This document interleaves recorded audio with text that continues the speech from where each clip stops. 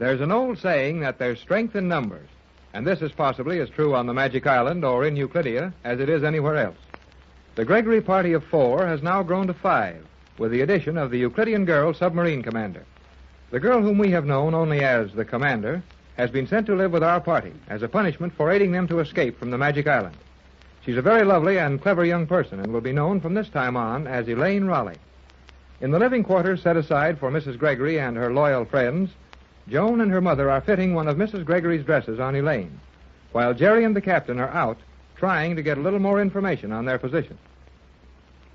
I know I'm right, Captain Bradford. Well, I hope you are, Jerry, but this doesn't look much like it. Oh, just the same, I think we should keep walking along this narrow little hallway. At least it was built here for some purpose, and the more we learn of this place, the more chance we have of escaping from it. I know one thing for sure. What's that?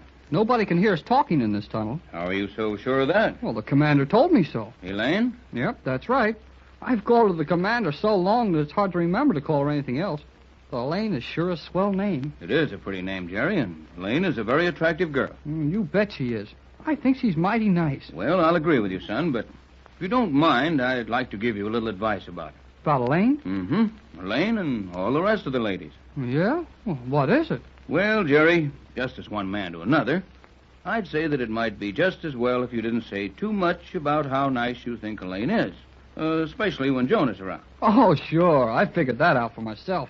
Joan gets all steamed up every time I say something nice about the girl. Yes, you may find that such things will happen to you from time to time. Yeah, I know that. Women are all alike. Oh, but I guess they can't help acting like that. And they're pretty nice. Not bad, Jerry. And if you understand them that well, I'll let you alone to work out your own problems with them. Yeah, but Elaine is mighty smart about things in this crazy place. And when she says nobody can hear us in this tunnel, I know it's right. Well, at least it's worth taking a chance on. But why do you think she was so insistent that we explore this passageway? Well, you started it all by what you said at dinner last night. What was that? Well, when you said you thought there must be some easier way to get out of this underwater city than taking a submarine out through those locks. Well, I naturally figured that anyone as clever as these Euclideans are would have more than one exit. There would always be an emergency outlet someplace. That's the idea, and Elaine says there is. And she thinks this steel shaft is the answer? That's right. I wonder. Well, we're going back away from the city now and climbing at the same time. I'd say this was very near that elevator shaft we came down from the island to the underwater city. That's what I think. I've got an idea, Tex. Well, it may be crazy, but I wish you'd listen to it. Well, right ahead, Jerry. Ideas aren't so plentiful that we can afford to waste any of them. Well, that universal solvent of yours, that's the only thing we've got that's better than anything the Euclideans have, isn't it? Yes, I expect that's right. And the only way you can use that is to have it where you can turn it loose or pour it out or spill it or let it run down on something? That's right. Our only real hope to use my solvent as a threat when we try to capture this place is to find the highest point in the city, suspend a quantity of the solvent there, and threaten to release it and destroy the city. That is, unless the Euclideans surrender at our terms. Okay, that's swell.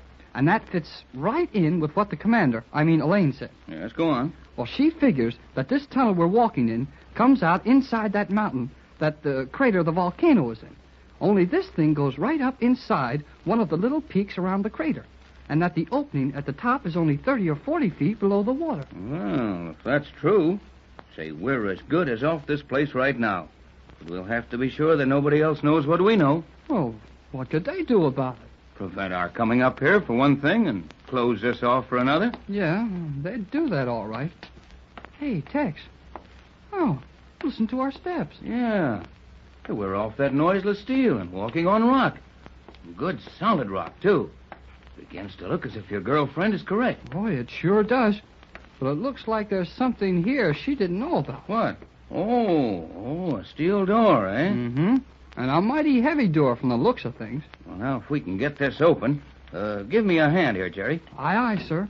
I'll say, this isn't going to be any too easy. No. Must be some way to get it open, though. I don't like to make too much noise or stay up here too long. We might get caught at it, and that would spoil all our plans. Oh, sure, but, well, we may not get many chances to come up here either. I think we ought to try getting through there right now. Well, your guess is good as mine in Euclidia, Jerry. Come on, we'll try some more. This is... it's sure funny. The door looks like it was stuck to the sides. All the way around. Yes, except on the bottom. Here, put your hands flat against the door, and we'll try pushing down on it. Down? Down. Okay, Skipper. Here we go.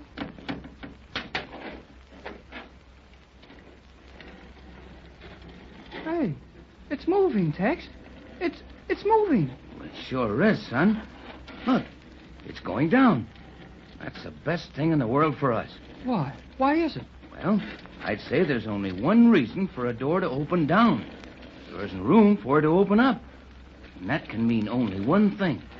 There isn't room for it to open up because we're too near the top of this mountain. Or whatever we're inside of. Gee, Tex, look into that room. Yes. Not only into the room, but look through the room. Come on. Wait, hold it, Jerry. Wait till this door is all the way down into the floor. You might get hurt if you start in there now. Okay. Boy, that's something to see, isn't it? It certainly is. Look, that room is made of transparent, and it's mighty near the surface of the water. Why, it must be. Yep. Why, the water's light enough that you can see all around in the room. How deep could the water be in letting that much light? Well, I don't know exactly, but I'd say, not over 4 or 5 fathoms. Not more than 30 feet? Oh, something like that, I think. Gee, Tex, if we're only 30 feet below the surface of the water, why, we could swim out if we had to without getting hurt. Yeah, we could do just that, son. Well, everything seems to be stationary. Come on, let's go on in. Gee, this place isn't very big. Plenty big enough for an escape chamber, and that's just what it was designed for. Well, how do you get out of here? I'm trying to figure that out. I think I have. How? Now, look, see that valve down there in the corner? Huh? Oh, yeah. I get it. Air pressure. Right, boy. Either air pressure to bring the pressure of this room up to that outside, or to flood this lock with water. Be hard to get out of here and into the water at that. That's a long time to hold your breath. I don't have any idea that you're supposed to hold your breath while you're getting out of here. Well, how else can it be done? Looks more to me as if this whole room was a lock. Yeah, a floating lock. It can be forced up to the surface of the water. Well, looks like the locks they used to get that rocket plane out of that underwater city. Exactly. I think when our time comes to escape from Euclidia, this is the way we do it. And you can leave some of your solvent out in that hallway, so we'll eat down through into the city and let the ocean flood in and destroy everything. That's it, except that we'll give the Euclideans a chance to surrender and become good citizens of the world. You know, after all, Jerry, we're to stop those scientists before they do a lot of harm in our world with their inventions and discoveries. Our business isn't to hurt anyone. Well, I guess not. But they wouldn't worry about hurting anyone else. Well, do you know of anyone they've hurt? No. Yeah. How about that old sailor who got the first radio message off to us? He wasn't hurt. He's alive and well, a prisoner like the rest of us. Maybe you're right. But will these Euclideans behave if we do capture them and take them home? We'll put them where they'll have to. In jail, you mean? No, I don't think so. You know, I doubt very much if it's possible to prove anything criminal against them. At least nothing serious enough to keep them in a prison for life. You know, after all, Jerry, all they've done is to be just a little too brilliant for the present order of society. While that may be dangerous, well, certainly isn't criminal. But if we can't put them in prison, where can we put them? Well, Mrs. Gregory has money, Jerry. Almost unlimited money. Many of her friends are equally fortunate. I'm sure Pat would lead a movement to form a syndicate. Establish a scientific foundation for these people.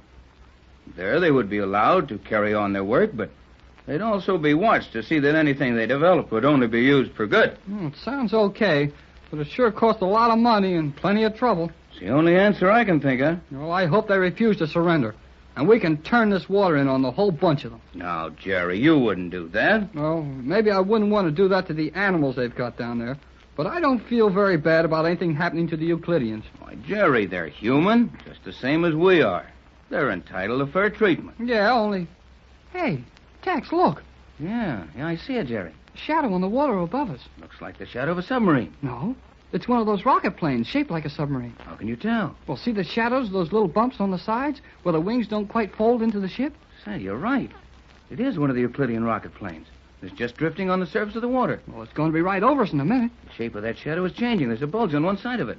Looks almost like somebody was getting out of it and into the water. That's just what's happening. Now, look, that fellow's feet are touching the water. Yep, and we're mighty close to the surface. I'll bet it isn't over 20 feet. Nearer 30, I think, but the water's perfectly clear. Jerry, that man is coming down into the water, and he's coming right for this transparent steel lock. Hey, let's get out of here. Wait, we can step outside the door into the hallway and still see him.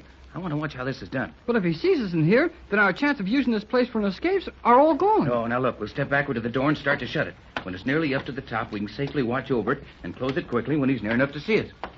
Okay, but we'd better get busy. Look, Jerry, man has on heavy shoes like a diver, but no diving suit. Well, he's got a little thing like a helmet on, though. Right, just something to allow him to breathe for the few seconds it takes him to get into this lock. He's right beside the lock now, but he's turned sideways, so I guess he can't see us. Now, look, he's reaching down to turn something. It's a valve. Just what I thought. This is a lock, and he'll fill it with water before coming into it. But how can he get the water out of it when he wants to come through this door? Probably pump it out with that valve we saw in here. Hey, he's letting in the water. Allow him to turn around in a minute. Here, give me a hand here, Jerry, and we'll shut this door quick. Aye, aye, sir. Now, come on, son. Let's get away from here quick. I'll say, oh, boy, what we know about this place now. Sure looks encouraging, Jerry, but we'll have to be mighty careful about discussing with the others. But we'll have to tell Joan, their mother, and the girl commander, Elaine. Well, we'll tell them all right, but let's be careful. We're as good as out of Euclidia right now. That's what you think. What's up, kid? Well, look behind you. Through the transparent wall of that steel lock we just came out of. Huh? That's a funny one. Yes, that fellow took off his helmet and stored away in that little cabinet, but he isn't coming out this door. Well, he's sure not going to try going back up through that water without a helmet. Get out of here quick, Jerry. He's coming this way. Playing these transparent steel walls, you can't tell when you're through something. He's coming now, and there's no doubt of it. And I'm not sure we can find a way out of here. Well, there aren't any turns in this corridor. You mean there weren't any turns in it when we came up here? No telling what's happened to it since then. Come on, step on it, Jerry. That door's opening behind us. If we can't get around the turn in this tunnel before that fellow sees us, we'll never get a chance to see this place for an escape.